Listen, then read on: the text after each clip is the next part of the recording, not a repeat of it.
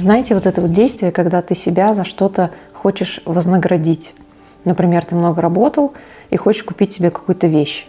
И чем больше ты работаешь, тем больше ты хочешь себя вознаградить. И тем больше ты покупаешь новых вещей. И не потому, что они тебе нужны или нравятся, а потому что ты просто хочешь дать себе так называемую конфетку, потому что ты заслужил. Ты будешь радоваться этой вещи день или два. И потом страсть уходит, и так уже было не раз. Потому что это уже неинтересно.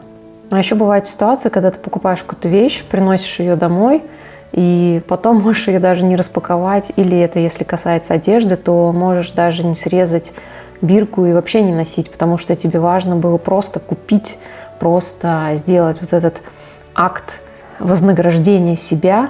И тебе важен был сам акт, но не сама вещь. И как ни странно, чем больше таких действий мы совершаем, тем более несчастными мы себя чувствуем.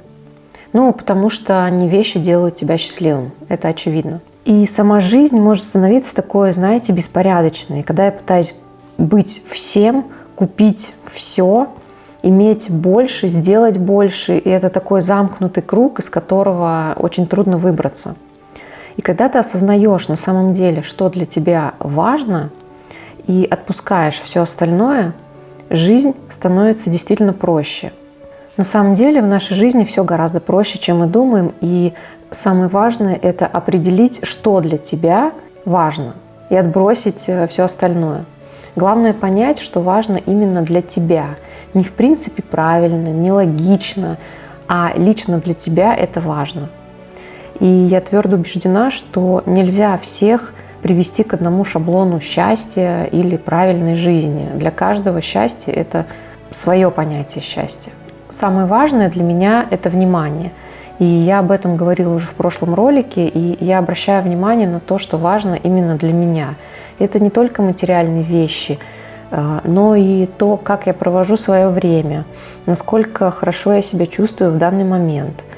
И когда ты определяешь, что для тебя действительно важно, тебе легче сказать ненужным вещам «нет».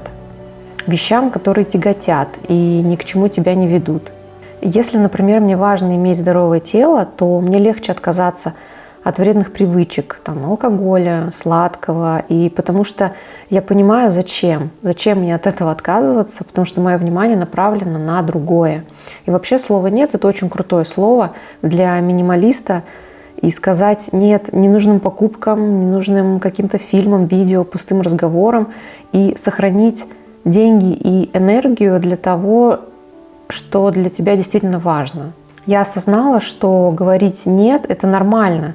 Говорить «нет» тем вещам, которые меня больше не вдохновляют, действиям, которые меня никуда не ведут. Чаще всего мы привыкли, что чтобы сделать что-то лучше, нам нужно что-то добавить к этому. Например, уютный дом, больше декора, классный какой-то гардероб, нужно купить больше вещей. И я раньше действительно так делала, и вещей у меня было раз, наверное, в 10, если не больше, чем сейчас. А сейчас наоборот, чем от больших вещей я избавляюсь, тем более свободно я себя чувствую.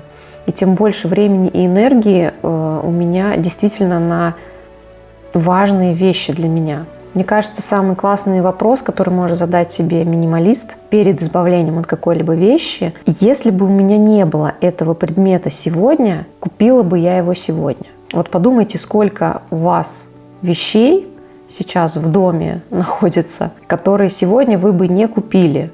То есть они, в принципе, когда-то были нужны, но сейчас они не нужны. И мы боимся избавиться от этого, боимся их выбросить, боимся их отдать, потому что, вещь-то хорошая. Да, она мне не нужна, но она хорошая, качественная. Но она мне больше не приносит ничего хорошего. А еще часто лежит вещь на всякий случай. Знаете, такое, когда-нибудь пригодится. Пусть когда-нибудь пригодится. И вот как долго я готова ждать вот этого когда-нибудь. Когда мне может пригодиться эта вещь? То есть это вообще положительное событие, когда оно мне пригодится, или нет? И зачем я буду ждать условно какой-то катастрофы, я не хочу ждать этого события, чтобы воспользоваться этой вещью. Эта вещь мне не нужна. И вот в таких случаях я от этой вещи избавляюсь. Иногда можно почувствовать, что жалко потраченных денег на ту или иную вещь, или просто трудно взять и выбросить или отдать эту вещь. Но я просто признаюсь, что я не идеальная, и что не все мои покупки попадают 100% в мои текущие настоящие ценности. И это нормально. И в следующий раз я просто это приму и учту в следующей покупке. И вообще минимализм для меня это не только про вещи, конечно же.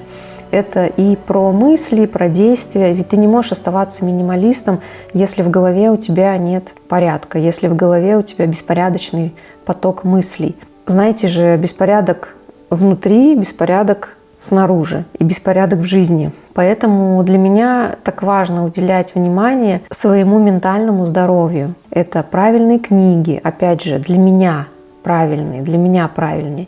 Это медитации, это какое-то созерцание, это многое другое. И когда ты направляешь внимание действительно на те вещи, которые важны для тебя, то жизнь действительно становится проще.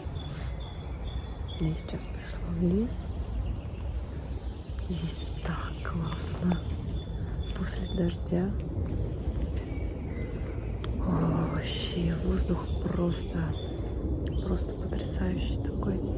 Влажный, мокрый. Пахнет мокрой землей, обожаю.